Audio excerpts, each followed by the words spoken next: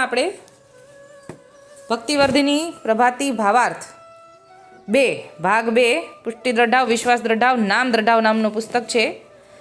એમાં બીજા ભાગમાં 69મું પાના ઉપરથી વાંચું છું કે એક સાખી છે, પંખી કો ખોજ મિનકો માર્ગ વિહંગમ છે, પીપલ કાનથી તે સુરતાનો આ માર્ગ છે. એટલે સમજાવે છે કે એક સુરતાનો આ માર્ગ છે, તેના દાખલા આપ્યા છે. એટલે સભાનતાનો માર્ગ છે, ભટકી જવાનો માર્ગ નથી, સભાનતાનો માર્ગ છે. સભાનતા માટે ઉદાહરણ આપ્યા છે પંખીની, કીડીની અને માછલીની. કે પંખી કો ખોજ, કે પંખી પોતાના માળામાં એક સુરતાના આધારે પહોંચી જાય છે.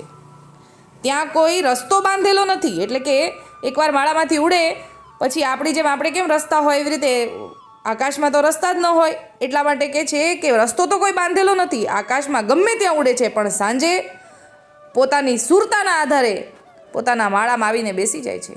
તે એક સુરતાનું કારણ છે. એટલે સુરતા માટે પંખીનું ઉદાહરણ આપ્યું છે કે પંખી કેમ સવારે જઈને સાંજે પાછું ત્યાં આવી જાય છે, રસ્તો દોરેલો નથી તોય સભાનતા એટલી બધી છે કે ખબર છે કે ક્યાંથી આવ્યો છું ને ક્યાં જવાનું છે, એટલે જ્યાં જવાનું છે ત્યાં જ જાય છે, માર્ગ ભૂલતો નથી. બીજું ઉદાહરણ મિનકો માર્ગ, એટલે કે માછલું જળમાં રહે છે, ત્યાં કોઈ માર્ગ નથી. પક્ષીની જેમ જ હવામાં કોઈ માર્ગ નથી, એમ જળમાં પણ માર્ગ નથી. માછલું જળમાં આમ તેમ ફરે છે, પણ પોતાના સ્થાનની સુરતાને કારણે તે સ્થાનમાં પહોંચી જાય છે.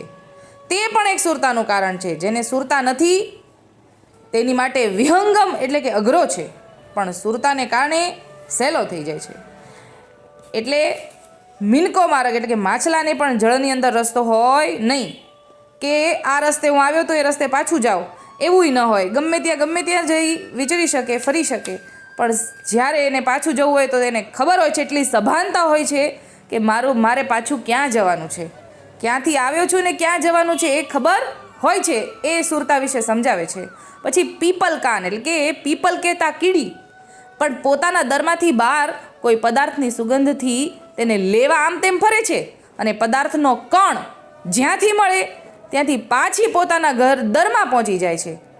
ત્યાં તેનો કોઈ માર્ગ નક્કી નથી. એટલે કીડીને પણ આપણે જેમ રસ્તા છે એમ કીડીને રસ્તા ન હોય, ગમે ત્યાં જાય, ગમે ત્યાંથી આવે, ગમે ત્યાંથી નીકળે, પણ એને સુરતા છે, એટલી સભાનતા છે કે મારે ક્યાં જવાનું છે. એનો રસ્તો નક્કી નથી, પણ જગ્યા નક્કી છે કે અહીંયા જ જવાનું છે. છતાં પોતાની સુરતા પોતાના દરમાં છે તો તેના આધારે દરમાં પહોંચી જાય છે. તે પણ એક સુરતાનું કારણ છે. માટે આ માર્ગમાં પણ એક પ્રભુમાં જેને સુરતા છે તેનો પ્રભુ પ્રાપ્તિ અવશ્ય થાય છે. અને સુરતા તો ઉપજે જો અનન્યતા ઉપજે આવે. અનન્યતા ઉપજી એટલે પ્રભુ પુષ્ટનું એટલે કે કૃપાનું દાન કરે તો જ વૈષ્ણવતા આવે. એટલે કે સુરતા ક્યારે આવે તો કહે છે અનન્યતા આવે. અનન્યતા આવે તો ઠાકોરજી પુષ્ટનું દાન કરે એટલે કે કૃપાનું દાન કરે, અને તો જ વૈષ્ણવતા આવે.